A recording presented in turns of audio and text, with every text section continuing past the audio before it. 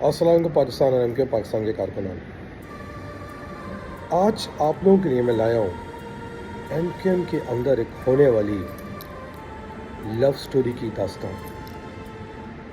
इस love story को बताने का मकसद इसलिए इम्पोर्टेंट है क्योंकि इसका जो है आपकी तहरीक से और उसके बाद होने वाले कई वाक़यात से बहुत ज़्यादा गहरा ताल्लुक़ है। जब से मुझे ये लव स्टोरी सुनने में आई, मैं इस तजस्सुस का शिकार था कि किस तरह मैं आपको ये कहानी सुनाऊं। तो बांध के रखें अपने आप को और सोचें कि जो मैं आपको बताऊंगा कि उसका क्या इम्पैक्ट आज की पॉलिटिक्स पे आप पे बन रहा है। ज़्यादा पुरानी बात नहीं है, ये 90 की दिहाई की बात है कि जब आप यानी महाजिर कारकुनान शहादतें दे रहे थे, कुर्बानियाँ दे रहे थे, जानें दे रहे थे, असीरी गुजार रहे थे, लापता हो रहे थे, वहाँ पर कहीं पर मोहब्बत के फूल खिले हुए थे।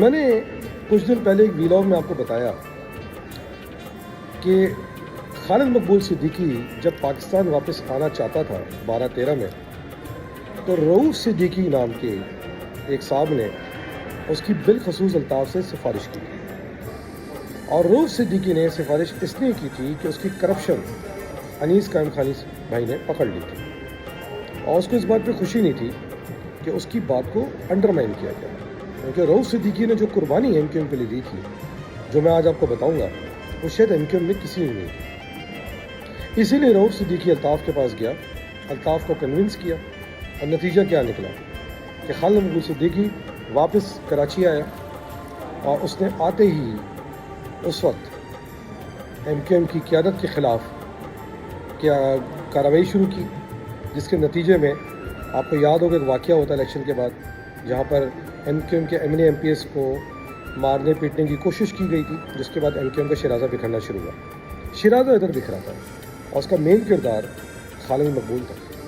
बिल्कुल उसी तरह जिस तरह कोर्ट के अंदर अजीम तारिक पे हमला करवाने के बाद खालिद मकबूल उसके इल्ज़ाम में मतलूब रहा।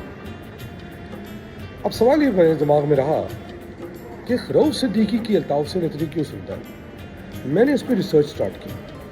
कुछ लोगों ने कहा कि रऊफ सिद्दीकी ने चूँकि सऊदीया में उसको अपने पास जगह दी, फलां फलां फलां फलां, मगर अब जो मैं आपको बात बताने जा रहा हूँ आप हैरान हो जाएंगे। तैयार हैं? तो सुनिए। रऊफ सिद्दीकी की एक मंगेतर होती थी और वो जो मंगेतर थी वो इस तरह बनी थी कि एक साहब थे फैसल गब्बोल दुबई में, रऊफ सिद्दीकी उनके दोस्त थे। उनकी एक बेटी थी, उनका नाम था फायजा गब्बोल। जी हाँ, अगर मैं आपको ये बात बताऊं कि अल्ताफ़ हुसैन की बीवी पहले रऊफ सिद्दीकी की मंगेतर थी, तो आपको हैरत होगी। बिल्कुल होगी।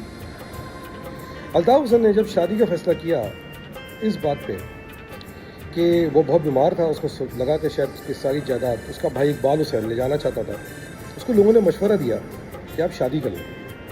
लोगों का कहना ये है कि लड़की हैदराबाद में ढूंढी जा रही थी और फिर इकबाल हुसैन ने फायजा कबूल से अल्ताफ़ हुसैन का रिश्ता करवाया। मगर एक मसला था, जिस टाइम पे रिश्ते की प्रपोजल गई उस वक्त फायजा कबूल रऊफ सिद्दीकी की मंगेतर थी।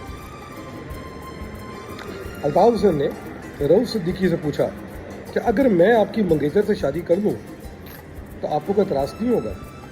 और रऊफ सिद्दीकी जिनकी ये 2 साल से मंगेतर थी, उन्होंने फ़ौरन हाँ कर दी। इतनी बड़ा बलिदान, इतनी बड़ी कुर्बानी फ़ौरन दे दी। कहते ही हैं कि फायजा कबूल इस बात पे रऊफ सिद्दीकी से कई साल तक कुछ नहीं रही। कुछ लोग ये भी कहते हैं कि अल्ताफ़ हुसैन की शादी पे जो हार रऊफ सिद्दीकी ने तोहफे में दिया था वो उसने इस्तेमाल नहीं किया। आगे चलते हैं।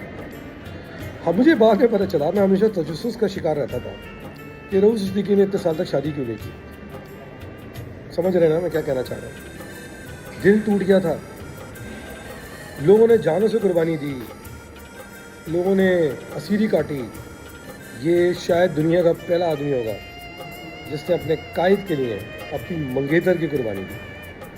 اب جب آپ نے اتنی بڑی قربانی دے ہی دی ہے تو بنتا تو ہے نا کہ رؤوف صدیقی کہنے پہ، سفارش پہ، الطاف حسین اس آدمی کو جس کو وہ شدید پسند نہیں کرتا تھا، گھننا کہتا تھا، اس کو بھی اس نے واپس بھیجنے کی تیاری کر دی، جانتے بوجھتے ہوئے بھی کہ یہ اپنے آپ کو اگلا چیئرمین بنوانا چاہتا ہے۔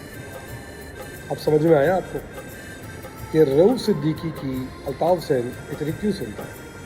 کیونکہ ظاہری بات ہے، ہو سکتا ہے باقیوں نے قربانیاں دی ہوں، مگر جو قربانی رؤوف صدیقی نے دی وہ کسی اور نے نہیں دی، اور اس قربانی کا سب سے بڑا جو بینیفیشری ہے خالد مقبول ہے، جس کے گھر پہ آج بھی بیٹھ کے الطاف حسین، رؤوف صدیقی، خالد مقبول باتیں کرتے ہیں،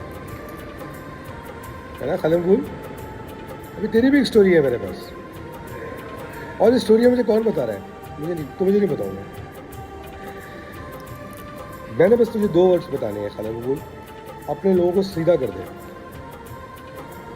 گالم گلوچ رکوا میری ماں بہن پہ، ورنہ میں ایس اور اے انیشل اور پلوٹونک ریلیشن شپ بتا دوں گا اگلی کہانی میں۔ آج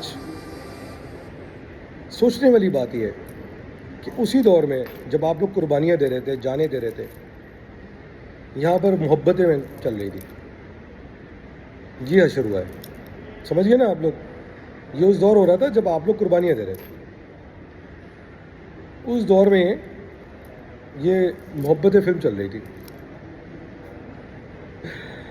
بہرحال سوچا بتاتا چلو، بات ہوتی رہے گی۔